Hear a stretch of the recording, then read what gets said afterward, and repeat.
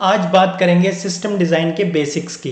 मान लो आपके पास एक कंप्यूटर है और उसमें आपने एक एल्गोरिदम लिखा। अब बाकी लोगों को ये कोड की फंक्शनैलिटी काफी पसंद आती है, वो इसे यूज करने के लिए पैसे देने को भी तैयार है। अब आप अपना कंप्यूटर तो किसी को नहीं दे सकते ना, आपको अपने कोड की फंक्शनैलिटी एक्सपोज करनी होगी इंटरनेट पे किसी प्रोटोकॉल के साथ। वो आप करोगे एपीआई के साथ, यानी कि एप्लीकेशन प्रोग्रामेबल इंटरफेस। एपीआई की टर्म्स में जब कोई आपको इनपुट देगा उसे कहेंगे रिक्वेस्ट, यानी कि क्लाइंट आपको रिक्वेस्ट करता है, और जो आउटपुट होगा उसे कहेंगे रिस्पॉन्स, मतलब क्लाइंट रिक्वेस्ट करेगा और बदले में उसे रिस्पॉन्स मिलेगा। अब सोचो किसी वजह से आपका कंप्यूटर बंद हो गया या इलेक्ट्रिसिटी ही चलेगी, तो ये गड़बड़ है, क्योंकि बाकी बहुत सारे यूजर्स पैसा दे रहे हैं आपको आपका कोड यूज करने के लिए, तो वो 24/7 अवेलेबल होना चाहिए। इसलिए हमें हमारी सर्विस क्लाउड पे होस्ट करनी चाहिए। अब डेस्कटॉप और क्लाउड में क्या फर्क है? Cloud is set of computers जो आपको सर्विस प्रोवाइड करेंगे, जहां पे आपका कोड चल सकता है और उसके बदले आपको इन्हें पैसे देने होंगे। For example AWS, Amazon web services. अब एक सवाल आता है कि आपका कोड क्लाउड पे कैसे सेव होगा या कैसे चलेगा। रिमोट लॉगिन करके आप क्लाउड पे ये चीज कर सकते हैं। क्लाउड पे सर्विस होस्ट करना बहुत ही रिलायबल है, इसलिए हम वही यूज करेंगे।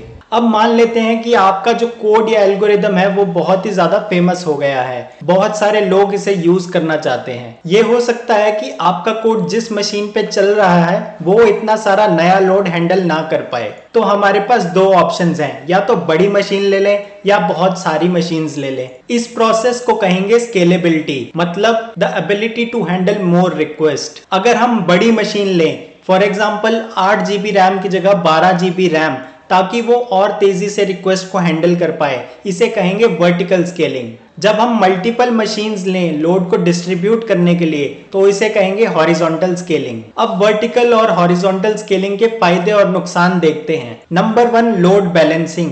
एक मशीन में लोड को डिस्ट्रीब्यूट करने का कोई पॉइंट नहीं है। मल्टीपल मशीन्स में रिक्वेस्ट आने पे आपको लोड को डिस्ट्रीब्यूट करना होगा, तो लोड बैलेंसिंग करनी होगी हॉरिजॉन्टल स्केलिंग में। वर्टिकल स्केलिंग में इसकी जरूरत नहीं है।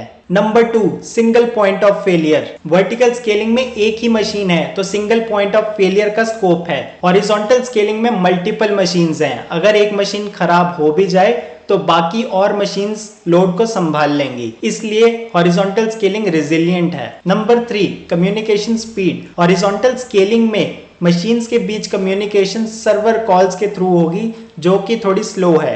वर्टिकल स्केलिंग में इंटर प्रोसेस कम्युनिकेशन यूज होगा, जो कि काफी फास्ट है। Number 4, data consistency. एक मशीन होगी तो डेटा कंसिस्टेंट ही होगा, पर अगर मल्टीपल मशीन्स होंगी तो उसमें डेटा कंसिस्टेंट रखना एक चैलेंज है। Number 5, hardware limitation. एक मशीन को आप किसी एक लिमिट तक ही बढ़ा सकते हो, जबकि मशीन्स आप जितनी मर्जी खरीद सकते हो, इसलिए हॉरिजॉन्टल स्केलिंग में स्केल करना आसान है। ये थे कुछ प्रोज एंड कॉन्स। अब एक सवाल आता है कि रियल वर्ल्ड में इन दोनों में से क्या यूज होता है? आंसर है दोनों। हम दोनों साइड्स की बेनिफिट्स चाहते हैं, तो इसलिए हाइब्रिड अप्रोच। तो मतलब मल्टीपल मशीन्स होंगी और हर मशीन में best to best hardware expansion होगा एज पर द फिजिबिलिटी। इस वीडियो के लिए इतना ही। सिस्टम डिजाइन की और वीडियोस के लिए चैनल को सब्सक्राइब कर दीजिए। Thanks for watching. मिलते हैं अगली वीडियो में।